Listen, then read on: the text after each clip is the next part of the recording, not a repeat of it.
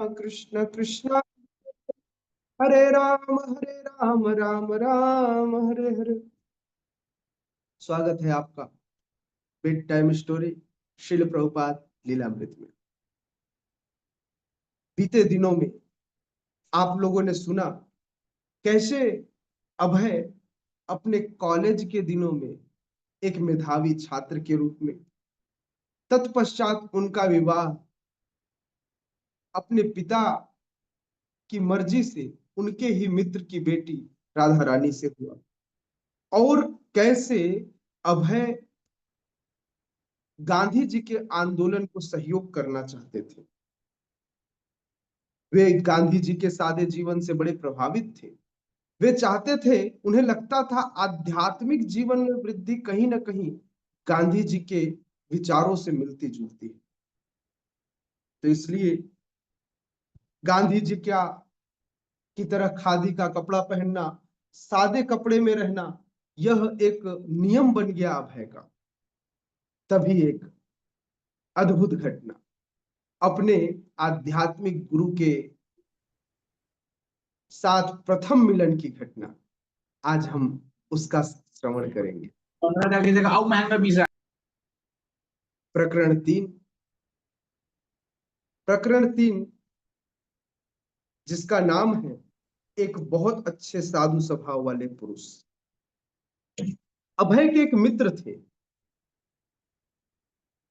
जिनका नाम था नरेंद्र नाथ मलिक। वे अचानक ही कलकत्ता के बीच बाजार में जाकर अभय का हाथ पकड़कर खींचने लगे और बोले, मैं तुम्हें आज चैतन्य महाप्रभु के एक भक्त जो कि मायापुर से आए हैं, मैं उनसे मिलाना चाहता हूं। वे उनसे पहले मिल चुके थे। डाल्टनगंज रोड पर स्थित था, उस जगह पर वे रुके हुए थे। मल्लिकों के एक परिवार ने, जो कि इस गौड़िया संप्रदाय से दीक्षित थे, उन्होंने भक्ति सिद्धांत सरस्वती ठाकुर को कलकत्ता इनवाइट किया था। प्रभुपाद, दोनों ही प्रभुपाद हैं, अभय भी और अभय के गुरु महाराज भी। हाँ, हालांकि अपनी मित्र मंडली में अभय बड़े फेमस थे, वे उनके बीच में नेता थे। वे चाहते थे कि मैं अभय से कुछ आध्यात्मिक चर्चा करूं, उस झुकाव की ओर बताऊं तो मुझे अभय से फेवर मिलेगा सभी डायरेक्शन में। जब अभय पर नरेंद्र ने जब प्रेशर डाला कि तुम्हें मिलना चाहिए, तुम्हें जाना चाहिए साधु के पास, तो अभय ने अनिच्छा प्रकट की। उन्होंने कहा, मैंने बचपन में बहुत साधुओं को देखा है, मेरे पिता के पास खूब साधु आया करते थे, सब गेरुआ वस्त्र पहन के, कोई गांजा पीता, कोई कुछ करता, कोई कुछ करता, और इस प्रकार से सभी सभी साधु मुझे तो ढोंगी ही नजर आते। अब अभय की इस बात से कहीं ना कहीं सहमति तो नरेंद्र की भी थी, किंतु वे जिन साधु के बारे में बात कर रहे थे, यह साधु अपने आप में बड़े विशेष थे, जिनके बारे में कहकर नरेंद्र थक नहीं रहे थे। दो मित्र कलकत्ता के बीच बाजार में एक दूसरे के ऊपर अपना ताकत आजमा रहे थे। अभय जाना नहीं चाहते थे और विपरीत दिशा में दोनों एक दूसरे की बाहें पकड़कर खींच रहे थे। नरेंद्र उन्हें साधु के पास ले जाना चाहता था, लेकिन अभय नहीं जाना चाहते थे। अभय हंसे और माफी मांगी, चाहे भाई मुझे माफ करो, मैं नहीं जाना चाहता, तुम ही जाओ साधु के पास, मुझे किसी साधु के पास जाने की कोई इच्छा नहीं है। हाथ जोड़कर झल्लाए, लेकिन मित्र तो मित्र है, उसने ठान रखा था कि मैं तुम्हें वहां लेकर जाऊंगा। हालांकि नरेंद्र ने बताया कि ये जो भक्त आए हैं, ये चैतन्य महाप्रभु के, ये जो साधु आए हैं, चैतन्य महाप्रभु के बहुत बड़े भक्त हैं, बहुत बड़े सन्यासी हैं, और मल्लिकों के बुलाने पर आए हुए हैं। ये उनके मित्र भी मल्लिकों के परिवार से ही थे। किंतु अभय का शंका खत्म, बोले साधु मैं बहुत साधुओं से मिल चुका हूँ, बचपन से साधु ही देखते आ रहा हूँ। हमारे घर के बगल में भी एक साधु रहता है, वह रोज सुबह सुबह भीख मांगने के लिए गेरुआ वस्त्र पहनकर निकल जाता है और इस प्रकार से अपना जीविका चलाता है। अभय को ऐसा लगने लगा ऐसा लगने लगा कि सारे साधु ऐसे ही होते हैं। नरेंद्र ने तर्क दिया कि मैं जिस साधु की बात कर रहा हूं वे साधु बड़े ही विद्वान हैं, कम से कम एक बार तुम मिल लो। चाहते थे अभय की नरेंद्र उनसे इतना आग्रह न करे, उन्हें न जाना पड़े, लेकिन नरेंद्र कहां मानने को तैयार। दोनों एक साथ डाल्टनगंज पहुंचे, जहां भक्ति विनोद आसन लिखा हुआ था और गौड़िया मठ के आवासों की सूचना दे रहा। द्वार पर जब पहुंचे तो चूंकि नरेंद्र मलिक साथ में गए थे, उन्होंने अंदर प्रवेश किया। उनका वो सम्मान हुआ क्योंकि वो पहले ही मलिकों के परिवार को दान दे चुके थे, और इस प्रकार से उन्हें तुरंत ही दूसरी मंजिल में उस स्थान पर ले जाया गया जहां पर भक्ति सिद्धांत सरस्वती ठाकुर प्रवचन कर रहे थे। लंबे कद के व्यक्ति, पतले दुबले, अपने आसन पर सीधे बैठे हुए थे। उनकी बाहें लंबी लंबी थी, गोरा सुनहरा रंग, और उन्होंने सादे फ्रेम का बाईफोकल बाईफोकल लेंस वाला चश्मा पहना हुआ था, गोला गोला। भक्ति सिद्धांत की नाकें बड़ी नुकीली थी, है? नुकीली नाक थी। चेहरे से विद्वता ऐसे प्रकट होती थी, ऐसे तेज झलक रहा था, और कहीं से भी ऐसा नहीं लग रहा था कि किसी भी चीज से वे डरे हुए हैं। उनके माथे पर ऊर्ध्व वैष्णव तिलक लगा हुआ था जो कि मिट्टी का था। गले में तुलसी की माला, और शरीर के 12 अंगों में एक कंधा उनका खुला हुआ दिखाई दे रहा था। शरीर के 12 अंगों में वैष्णव तिलक दिखाई दे रहा था।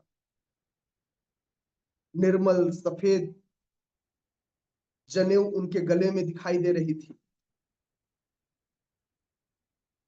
जैसे चूंकि नरेंद्र और अभय दोनों ही वैष्णव परिवार से थे, इसलिए वैष्णवों को देखकर कैसे सम्मान करना था उन्हें पता था। तुरंत ही चाहे जैसा भी हो, उन्होंने उन साधु को देखकर क्या किया? दंडवत प्रणाम किया। अभी दोनों युवक बैठने ही वाले थे, अभी तक बैठे नहीं थे। अभी दोनों युवक, कौन? अभय और नरेंद्र, दोनों बैठने ही वाले थे कि उनके बैठने से पहले ही, और जैसे ऐसा होता है ना, आप कौन, कहां से आए, आपका क्या नाम है, बिना औपचारिक वार्ता के ही अभय की ओर घूमे भक्ति सिद्धांत और बोले, तुम नव युवक पढ़े लिखे हो, तुम चैतन्य महाप्रभु की शिक्षाओं का प्रचार क्यों नहीं करते? अभय तो बड़े आश्चर्य में थे, उन्हें लगा क्या कोई मेरे पीछे भी कोई खड़ा है। पीछे मुड़ कर देखा, पीछे कोई नहीं। वे सोचने लगे, वे सोचने लगे कि अब क्या करें। अभय ने जो कुछ सुना उस पर विश्वास करना कठिन हो गया। अभी अभी तो मैं आया हूं और मुझे ये आदेश दे रहे हैं। अब अभय अपनी बुद्धि का सहारा लेते हुए कहीं ना कहीं एक सोचने लगे कि मैं इन साधु के विषय में क्या सोचूं, अपनी एक धारणा उन साधु के लिए बनाने लगे। तभी और कुछ कहते उससे पहले ही पुनः उस साधु ने उन्हें कहा कि तुम्हें प्रचारक बनना चाहिए, चैतन्य महाप्रभु की शिक्षाओं को प्रचार करने के लिए, और पूरे विश्व में घूमना चाहिए, इस तरह से यहां नहीं रहना चाहिए। अभय और आश्चर्यचकित, अभी सोच भी नहीं पा रहे थे कि मैं साधु क्या बोलूं। अभी आगे और बात अभय के बारे में कहने लगे। कहीं ना कहीं अभय की जो बौद्धिक संशय थी वह उन्हें छोड़ने का नाम नहीं ले रही थी। अभय पर इस बात का तत्काल प्रभाव तो हुआ कि कह मुझे रहे हैं, लेकिन फिर भी जो भी जो भी हो, साधु ने जो कुछ कहा था उसमें पूर्वानुमान था, क्योंकि अभय की वेशभूषा भी सादी थी, गांधीवादी थे, खादी के कपड़े पहने हुए थे। लेकिन जैसे जैसे उन साधु का प्रवचन वे सुनते गए, उन्हें साधु की बात पर, उन भक्त की बात पर विश्वास होने लगा। वे समझ गए कि महाप्रभु चैतन्य महाप्रभु की शिक्षाओं के अलावा इन साधु को किसी भी चीज की और कोई चिंता नहीं थी। इसी कारण उनका ऑरा लोगों को अट्रैक्ट करता था, आकर्षित करता था। लोग जैसे गुड़ और शक्कर की तरफ मक्खी चींटी आकर्षित होती है, वैसे ही लोग उनकी तरफ आकर्षित होते थे। अब अभय सोचे मुझे परीक्षा लेनी चाहिए, साधु सही में रियल है या नहीं। तो साधु की रियलिटी को समझने के लिए अभय ने सोचा मुझे कुछ ना कुछ इनसे ना विवाद करनी चाहिए, कुछ ना कुछ क्वेश्चन करना चाहिए। उस शास्त्रार्थ वाद विवाद से समझ में आएगा कि ये ओरिजिनल है या डुप्लीकेट है। अब जिस बात को भक्ति सिद्धांत साई ठाकुर ने बड़े संक्षेप में कहा था कि तुम जाकर प्रचार क्यों नहीं करते, उसी के विपरीत, उसी के पलटवार में अभय ने उनसे प्रश्न किया। अभय कहते हैं आपके चैतन्य महाप्रभु के संदेश को सुनेगा कौन। हम पराधीन हैं, हम अभी तक आजाद नहीं हुए। सर्वप्रथम पहले भारत को स्वतंत्र होना चाहिए, पहले भारत को इंडिपेंडेंट कीजिए। कोई भी व्यक्ति हम गुलामों की बात कैसे सुनेगा। अंग्रेज शासन के रहते हुए भारतीय संस्कृति का प्रचार होगा कैसे। हालांकि कोई ऐसा सोच सकता है कि अभय ऐसा अभिमान वश कह रहे थे, नहीं, अभय ऐसा अभिमान वश नहीं कह रहे थे। उनका प्रश्न तो उत्तेजक था, लेकिन फिर भी एक स्पष्ट चुनौती थी कि आप इस बात का क्या तर्क देंगे कि हम तो गुलाम है, हमारी बात सुनेगा कौन। हालांकि भक्ति सिद्धांत साई ठाकुर को देखते ही एक बात तो स्पष्ट थी कि भक्ति सिद्धांत साई ठाकुर किसी भी बात को यूं ही नहीं कह रहे थे। वे अत्यंत अपनी बातों के लिए गंभीर थे। मतलब उनके पास इस बात का भी तर्क था कि वे जो कह रहे हैं इस बात को मैं प्रूफ कैसे करूंगा। अब है प्रश्न पूछने लगे कि हम लोगों के सामने अपने इन संस्कृति को, अपने इस धरोहर को, चैतन्य महाप्रभु की शिक्षा को कैसे रखेंगे, कैसे कोई इसे हम अपनी हमारी परतंत्रता की बात कोई इसे क्यों स्वीकार करेगा। अपने शांत स्वभाव में भक्ति सिद्धांत साई ठाकुर ने पलटवार में उत्तर दिया और बोले जो कृष्ण चेतना है, जो कृष्ण भावना मृत है, यह राजनीति में परिवर्तन की प्रतीक्षा नहीं करेगा। यह इस बात पर निर्भर नहीं करता कि अभी राजनेता कौन है, अभी शासन दुर्योधन चला रहा है या युधिष्ठिर। कृष्ण भावनामृत तो कृष्ण भावनामृत है। आज बीजेपी आए, कल कांग्रेस आए, परसों कोई और आए, इससे कृष्ण भावनामृत पर कोई फर्क नहीं पड़ता। कृष्ण भावनामृत राजनीतिक उपापोह से ऊपर है। राजनीतिक क्राइटेरिया, जो पॉलिटिकल क्राइटेरिया है, वह कृष्ण भावनामृत को नहीं बांध सकती। यह इतनी महत्वपूर्ण है कि यह किसी बात की प्रतीक्षा नहीं करती। अगर मान लीजिए कोई व्यक्ति डूब रहा हो पानी में और आप बोलो नहीं नहीं अभी समय अच्छा नहीं है, मैं 10 सेकेंड बाद पानी में कूदूंगा, तो वह 10 सेकेंड क्या उसकी सांसें बची रहेंगी। तो सबसे पहले यही समझाना चाह रहे थे भक्ति सिद्धांत ठाकुर की, यह कृष्ण भावनामृत आंदोलन किसी का इंतजार नहीं करती। यह इतनी महत्वपूर्ण है कि यह जीवों की, मान लीजिए हम भारत के आजाद होने का इंतजार करते और उस समय कितने करोड़ जीव यूं ही मर जाते, बिना भगवान की, बिना भगवत चेतना के, बिना कृष्ण भावनामृत के। तो इसलिए बोले प्रचार तो आज और अभी से करना होगा। अभय प्रभावित हुए जिस प्रकार से, बड़ी ऑनेस्टी और बड़ी निर्भयता के साथ, हाँ, ऐसे बिल्कुल निडर होकर उत्तर दिया था जिस प्रकार भक्ति सिद्धांत साई ठाकुर ने, अभय प्रभावित हो गए।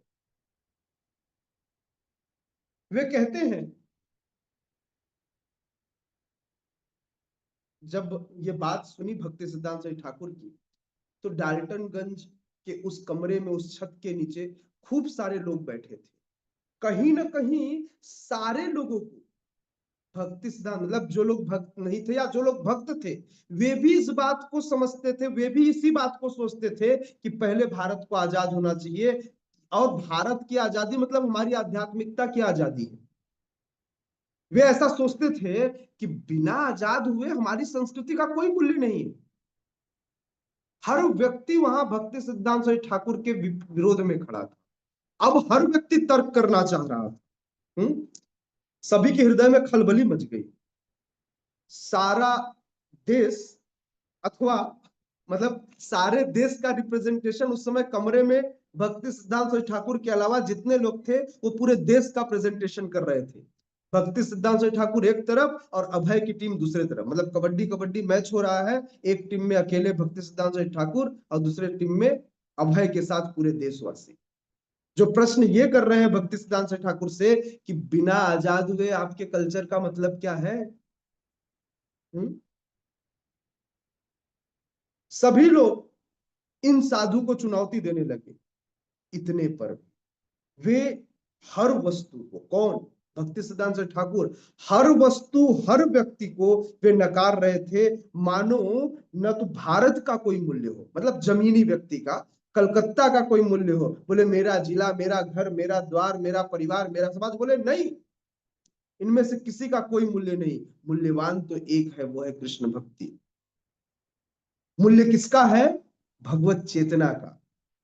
श्री भक्ति सिद्धांत ठाकुर कहते हैं, कहते रहे, एक शक्ति का शासन हो या दूसरी शक्ति का, अभी अंग्रेज राज करे, बाद में भारतीय राजनीतिक व्यवस्था आ जाए, राज कोई भी करे, ये परिस्थिति तो जीवन भर बदलती रहेगी। कोई भी व्यक्ति इसमें से स्थायी नहीं है। क्या है परमानेंट? परमानेंट है तो यह कृष्ण भक्ति। इसलिए इसलिए वैदिक धर्म शास्त्रों का यही निर्णय है, यही निर्णय है, क्योंकि हर व्यक्ति जीवेर स्वरूप होए कृष्णेर नित्यदास। जीव का स्वरूप भगवान की सेवा करनी, उनकी दासता करनी है।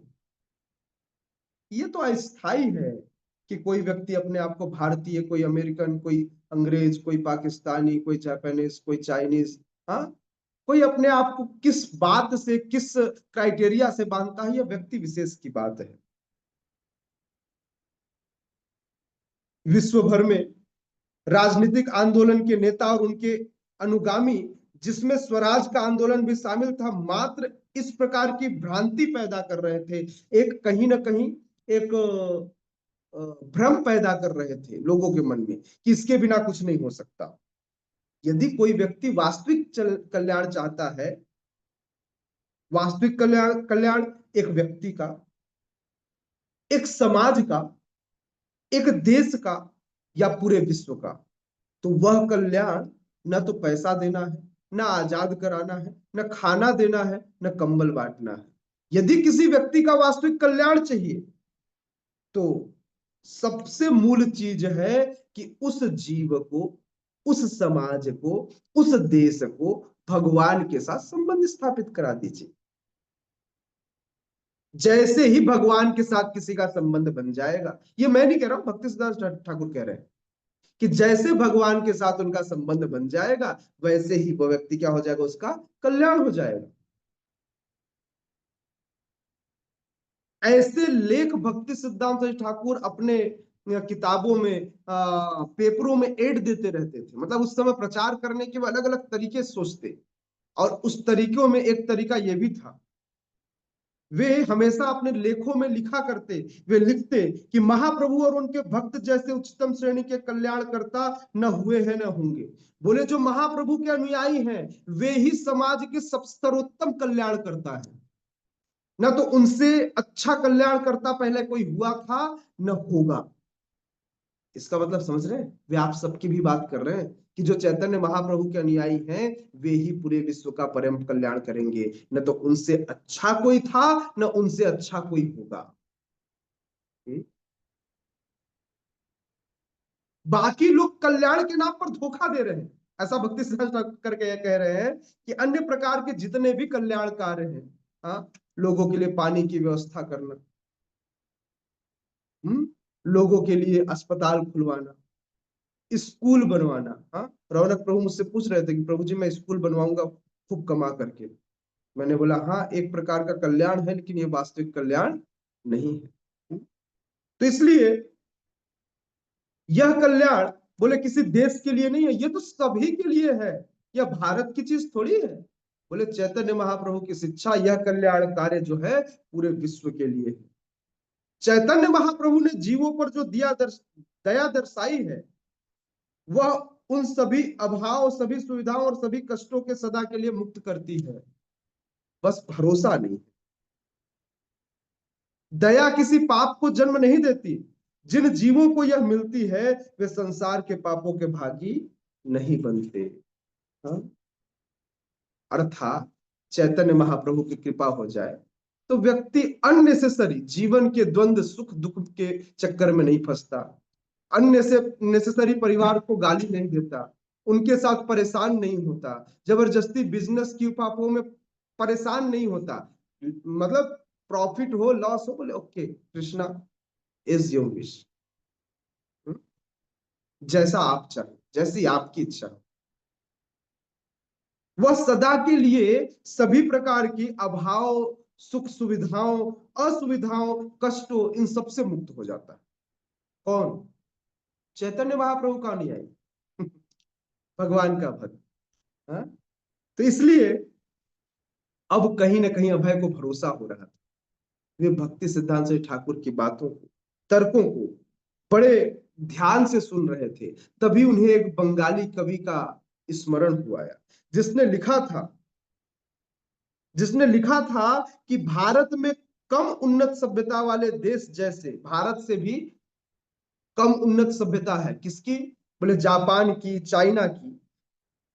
वे भी स्वतंत्र हैं जबकि भारत राजनीतिक उत्पीड़न के अंतर्गत परिश्रम कर रहा है। अभय को राष्ट्रीयता के दर्शन का मतलब उस समय राष्ट्र बड़े बड़े कवि खाली राष्ट्र को मां बना करके एक बड़ी बड़ी कविता मतलब लोगों के अंदर जोश पैदा करने वाली कविताएं लिखते।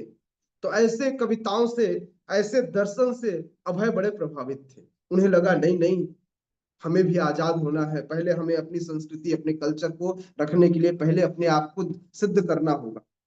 और इस प्रकार से उन्हें लगता कि ये जो स्वतंत्रता का पक्ष जनता लड़ रही है यही भगवान का पक्ष है, ऐसी एक धारणा बनी हुई थी।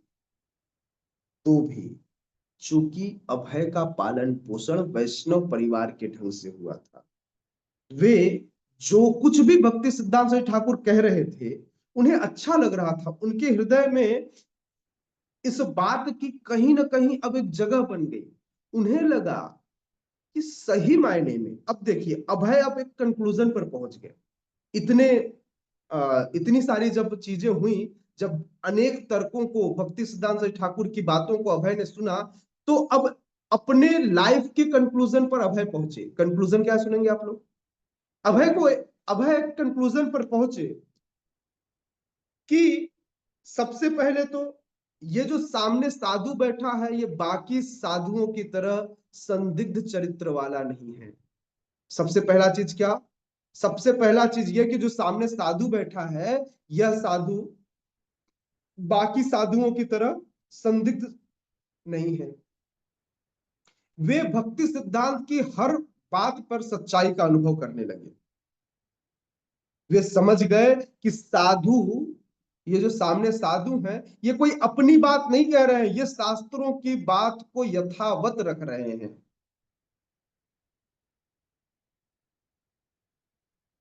इस प्रकार से अभय अब भक्ति सिद्धांत साई ठाकुर के बातों को बड़े ध्यान और प्रेम पूर्वक सुनने लगे। भक्ति सिद्धांत साई ठाकुर कभी अंग्रेजी में बोलते, कभी बंगाली में बोलते, कभी भगवत गीता के श्लोकों को संस्कृत में उद्धृत करते हुए कहते कि इस श्री कृष्ण ही इस समस्त संसार के सर्वोच्च अधिकारी हैं और वे ही एकमात्र स्वामी हैं, इसलिए उन्हीं की शरण ग्रहण करनी चाहिए। सर्वधर्मान परित्यज्य मामेकम शरणम व्रज।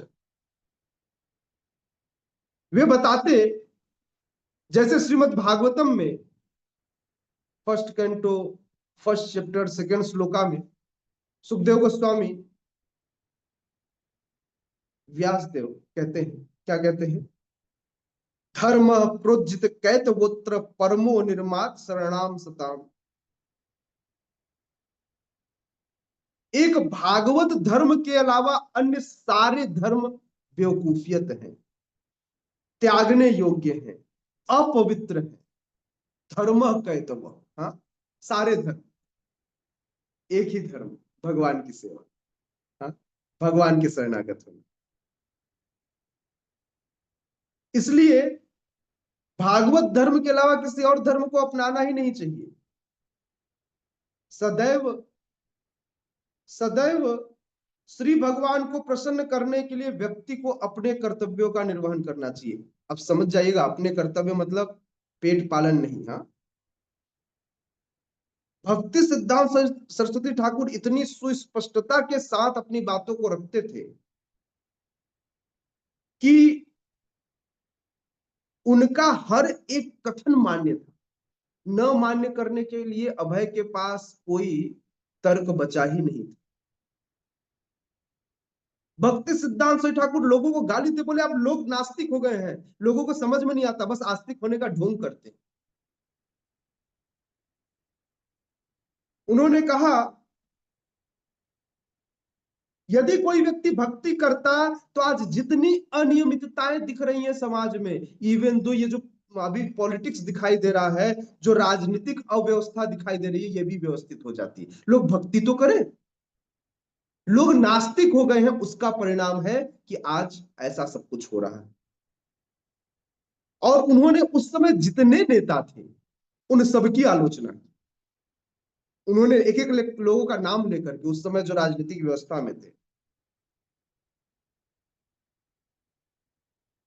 बोले यदि व्यक्ति का परम कल्याण चाहिए तो सबसे पहले लोगों को इस आत्मा के विज्ञान से, कृष्ण विज्ञान से, लोगों का परम संबंध जो भगवान के साथ है, इस विषय ज्ञान से, इससे ज्यादा मानवता का कल्याण कुछ और नहीं हो सकता। उन्होंने कहा यह तात्कालिक आवश्यकता है कि कृष्ण भावनामृत का प्रचार किया जाए, तभी शांति, व्यवस्था और आजादी बनाई जा सकेगी। हालांकि अभय भूले नहीं थे कि भगवत गीता क्या कहता है। आज भगवत गीता की पहली झलक उन्हें इस सामने बैठे साधु में दिखाई दी।